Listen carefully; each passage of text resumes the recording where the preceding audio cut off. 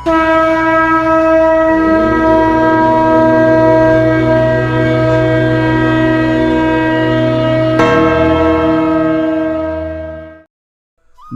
श्री कृष्ण,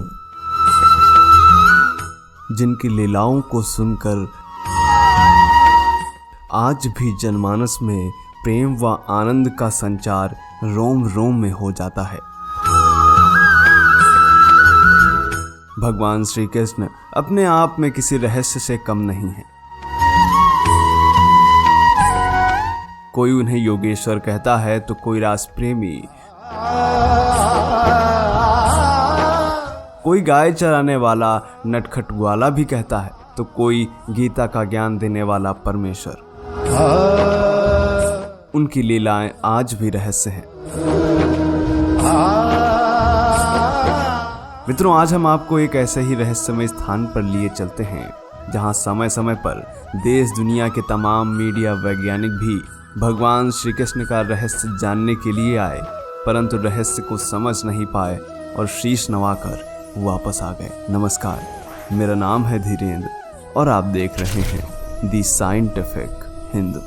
आज हम आपको निधिवन के अद्भुत रहस्य के विषय में बताने वाले हैं। निधिवन ब्रजभूमि वृंदावन का एक ऐसा धाम है जहां भगवान श्री कृष्ण आज भी आते हैं, परंतु आज तक जिसने भी उनसे मिलने या देखने का दुस्साहस किया तो या तो उसकी मौत हो गई या फिर वह कुछ भी बोल नहीं पाया। कहते हैं कि यहाँ रात को भगवान श्री कृष्ण आते हैं और राधा सहित सभी गोपियों संग रासलीला होती है। एक मान्यता तो यह भी है कि समस्त गोपियां दिन में पेड़ों के रूप में रहती हैं और रात में भगवान श्री कृष्ण के आने पर सभी पेड़ गोपियों में परिवर्तित हो जाते हैं। सच क्या है यह आज तक कोई नहीं जान पाया। यहाँ के पेड़ भी अद्भुत हैं। मित्रों, जैसे पेड़ वृंदावन के इस निधिवन में देखने को मिलते हैं, वैसे पेड़ विश्व में कहीं भी देखने को नहीं मिलते। उन्हें देखकर ऐसा लगता है कि जैसे सभी आपस में गले मिल रहे हों। शाखाएं आपस में ऐसे लिपटी हुई हैं जैसे दो प्रेमी मिलते हैं। शाम होते ही निधिवन परिसर में सभी लोग बाहर निकल जाते हैं, यहाँ तक कि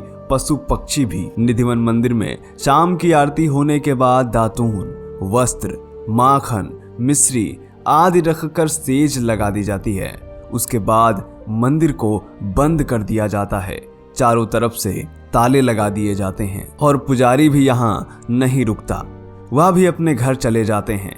कहते हैं कि भगवान श्री कृष्ण जब यहाँ होते हैं उस समय यहाँ कोई भी उपस्थित नहीं होता। सुबह होते ही जैसे उस मंदिर के ताले खोले जाते हैं, वहां कुछ ऐसा दृश्य दिखता है जो सभी के होश उड़ा देता है और भगवान श्री कृष्ण की मौजूदगी का जीवित प्रमाण देख सभी चौंक जाते हैं। जी हाँ मित्रों, दातून कुचली हुई होती है, माखन मिश्री खाया हुआ व वस्त्र सेज आदि बिखरे हुए मिलते हैं। उसे देखकर साफ पता चलता है कि यहाँ पर कोई आया था। यह चमत्कार हजारों वर्षों से हो रहा है और आज भी होता है। निधिवन में दिन में तो भक्तों की भीड़ रहती है, साथ ही तमाम बंदर भी उछल कूद करते हैं, परंतु जैसे ही शाम होती है सभी बंदर यहाँ से जाने लगते हैं। निधिवन में ऐसा हजारों वर्षों से होता आ रहा है।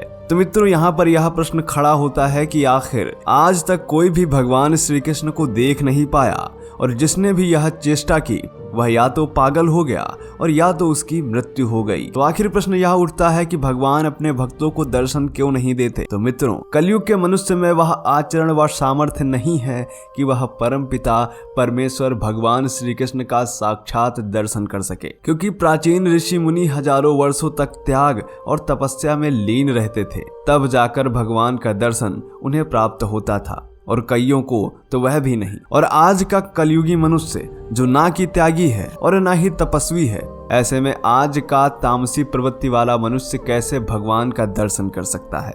मित्रों, एक बार अमेरिकी वैज्ञानिक और भारतीय मीडिया की संयुक्त टीम ने यहाँ के रहस्य जानने के लिए रात में रुकना चाहा, परंतु मंदिर के पुजारी सहित सभी लोग जाने लगे। तो उन्होंने कहा कि रात के यहाँ रुकना ठीक नहीं है, इसलिए उन्होंने अपना कैमरा मंदिर परिसर में ही लगा दिया और सभी लोग वहां से चले गए। सुबह जब मंदिर खोला गया तो सभी लोग दंग रह गए।